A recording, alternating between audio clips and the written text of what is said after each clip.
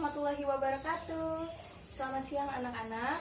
Kembali lagi ya bersama pelajaran Ibu di Seni Budaya kali ini. Oke, sebelum kita belajar, alangkah baiknya kita berdoa dulu ya. Berdoa menurut agama dan kepercayaan masing-masing. Berdoa dimulai.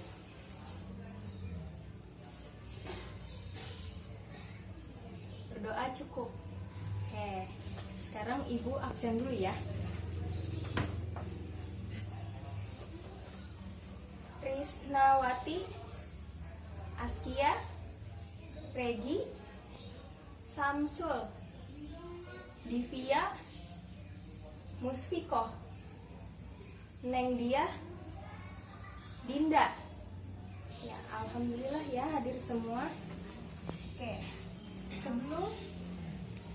sebelum masuk ke materi, Ibu mau ngasih motivasi dulu ke kalian supaya kalian tetap semangat ya.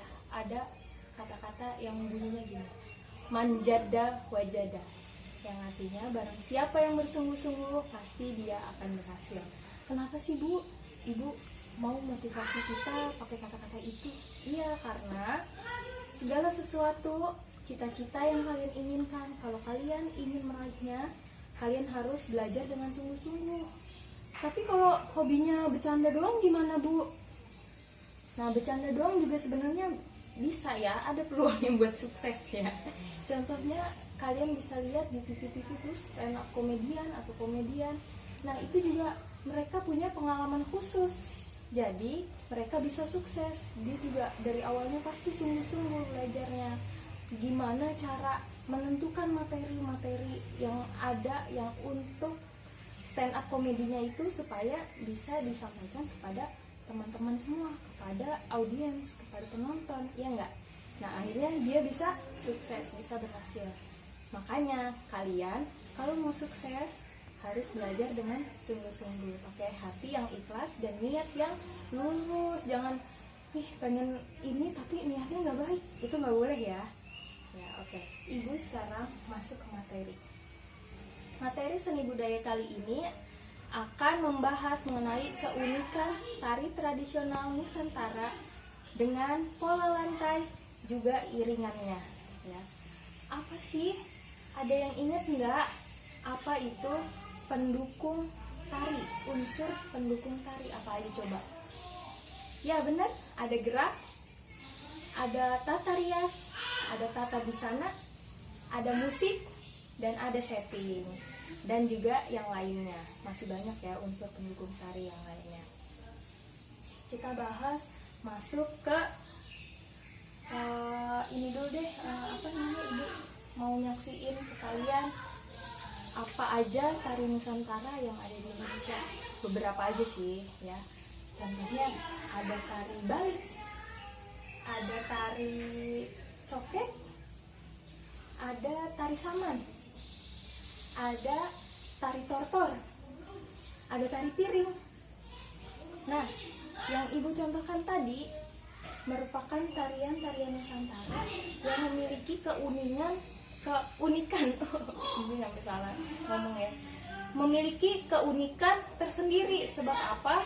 Sebab masing-masing tarian itu tergantung daerahnya masing-masing, iringannya pun beda-beda. Ada yang tari daerah menggunakan musik-musik tradisi yang aneh-aneh yang mungkin kalian belum pernah lihat sebelumnya. Oke, kita ambil salah satu contohnya, tari piring. Keunikannya apa sih? Ya jelas menggunakan piring propertinya ya. Alat yang dia gunakan, properti yang digunakan itu adalah piring. Kemudian kalian bisa dengar musik tari piring ya. Kalau kalian buka internet, kalian bisa dengar musik tari piring itu seperti apa. Di sana banyak unsur-unsur bunyi bonang khas tarian Padang. Tarian nasi Padang. Enggak, tari Padang ya, tari Minang seperti itu. Oke. Lanjut menjelaskan mengenai pola lantai. Apa sih itu pola lantai? Apa fungsinya pola lantai ya? Kita bahas dulu. Pola lantai merupakan garis yang dilalui oleh penari. Oke, garis yang dilalui oleh penari untuk melakukan perpindahan dari tempat satu ke tempat yang lain. Dan macam-macam pola lantai itu banyak, ada macamnya tergantung kelompok yang melakukan kegiatan tari tersebut, yang menampilkan tari tersebut. Nah, berikut Ibu kasih contoh ya. Pola lantai untuk satu kelompok yang isinya 5 penari. Ya, ada nih. Seperti ini. Nah, dari gambar yang ditunjukkan, ada 5 orang penari yang melakukan tari dengan pola yang berbeda-beda. Mungkin kalian bisa lihat ada polanya lurus, nanti di gerakan berikutnya ada yang lingkaran, ada yang zigzag, ada yang diagonal bentuknya, ada yang horizontal, ada yang vertikal, dan itu macam-macam ya, masih banyak lagi. Kemudian apa sih fungsi dari pola lantai itu? Pola lantai difungsikan sebagai komposisi gerak atau menentukan gerak-gerak supaya apa? Supaya ketika penonton yang menyaksikan tari-tari yang kalian bawakan tidak merasa cepat bosan, karena gak mungkin kan kalau nari diam aja di tempat begini menong-menong baik gitu kan, gak mungkin, nanti kelihatannya akan monoton ya. Jadi makanya diadakan gerak sesuai polanya masing-masing, misalnya pola lingkaran, pola horizontal tadi. Nah, apa aja sih yang perlu diperhatikan untuk untuk membuat pola lantai ya? Yang pertama, arah hadap. Kalian harus memperhatikan arah hadapnya dulu. Supaya apa? Supaya antara penari satu dengan penari yang lain tidak saling bertabrakan.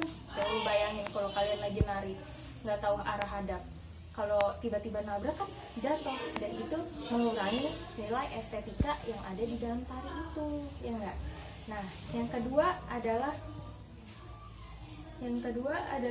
kesesuaian gerak ya, kesesuaian gerak. Untuk apa? Supaya gerakan yang kalian lakukan sesuai dengan iringan musik juga. Kemudian kesesuaian gerak juga berpengaruh kepada hafalan seorang penari ya. Hafalan seorang penari, hafalan geraknya, hafalan pola-polanya. Penari itu habis dari sini harus kemana? Nah, itu juga perlu supaya apa? Supaya sesuai antara gerak, iringan, dan juga hafalannya. Nah, yang ketiga adalah tata panggung. Nah, jadi seorang penari itu memerlukan pemikiran yang luas juga mengenai tata panggung. Kalau misalnya panggungnya luas, berarti mereka harus mengatur jarak untuk melakukan pola lantai, ya enggak? Misalnya panggungnya kecil, kalau panggungnya kecil, geraknya kita juga harus menjaga jarak. Misalnya panggung kecil, terus kita harus melakukan pola lantai lurus, pasti itu mepet-mepet kan, sesuai dengan pola lantai yang ada atau sesuai dengan pola panggung, tata panggung yang ada di tempat kalian melakukan pentas, seperti itu ya. Kemudian iringan itu yang tadi saya katakan harus sesuai dengan gerak, tempo, dan juga memiliki hitungan. Nggak mungkin dong misalnya temponya cepat tapi kita geraknya lambat banget, itu nggak akan sesuai karena itu berpengaruh nanti. Nah, nggak mungkin juga misalnya musiknya lambat tapi kita geraknya energik banget gitu, itu juga nggak bakal sesuai. Jadi gerakan yang sesuai itu harus menyesuaikan dengan iringan ya. Nah, Ibu akan ngasih contoh ke kalian tarian-tarian yang menggunakan pola lantai seperti ini.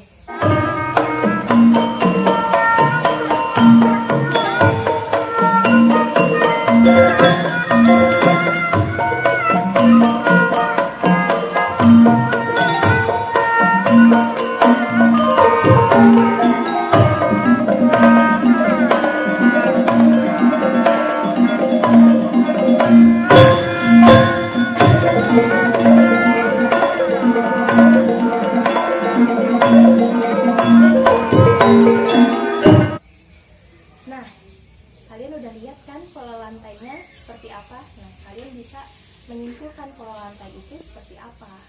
Oke, lanjut. Ibu akan memberikan contoh gerak ya, contoh gerak dan iringan sesuai gitu, maksudnya sesuai hitungannya kurang lebih seperti itu. terus geraknya, terus pola lantainya karena ibu nunjukinnya seorang diri, jadi pola lantai bisa menyesuaikan ya. Nah, terus kita akan lihat videonya di sini.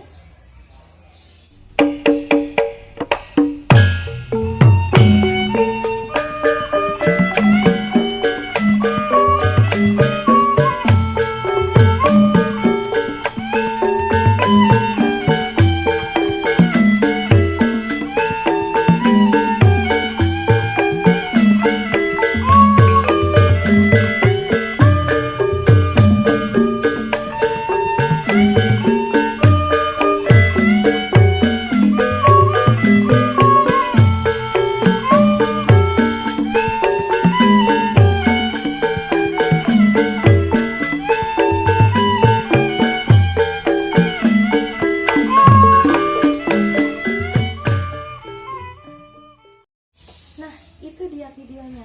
Terima kasih anak-anak ya. Maklum ya kalau ibu geraknya agak sedikit kaku, maklum udah jarang gerak. Oke. Setidaknya teman-teman, adik-adik, anak-anak ibu semua tahu mengenai gerakan tari. Nah, itu tarinya adalah tarian khas Betawi, yaitu tari cokek. Nah, kalian bisa dengar iringan musiknya apa aja yang kira-kira ada di situ. Ya, kalian bisa cari di internet ya, musik-musik tari, iringan tari yang ada di dalam tari Betawi. Oke?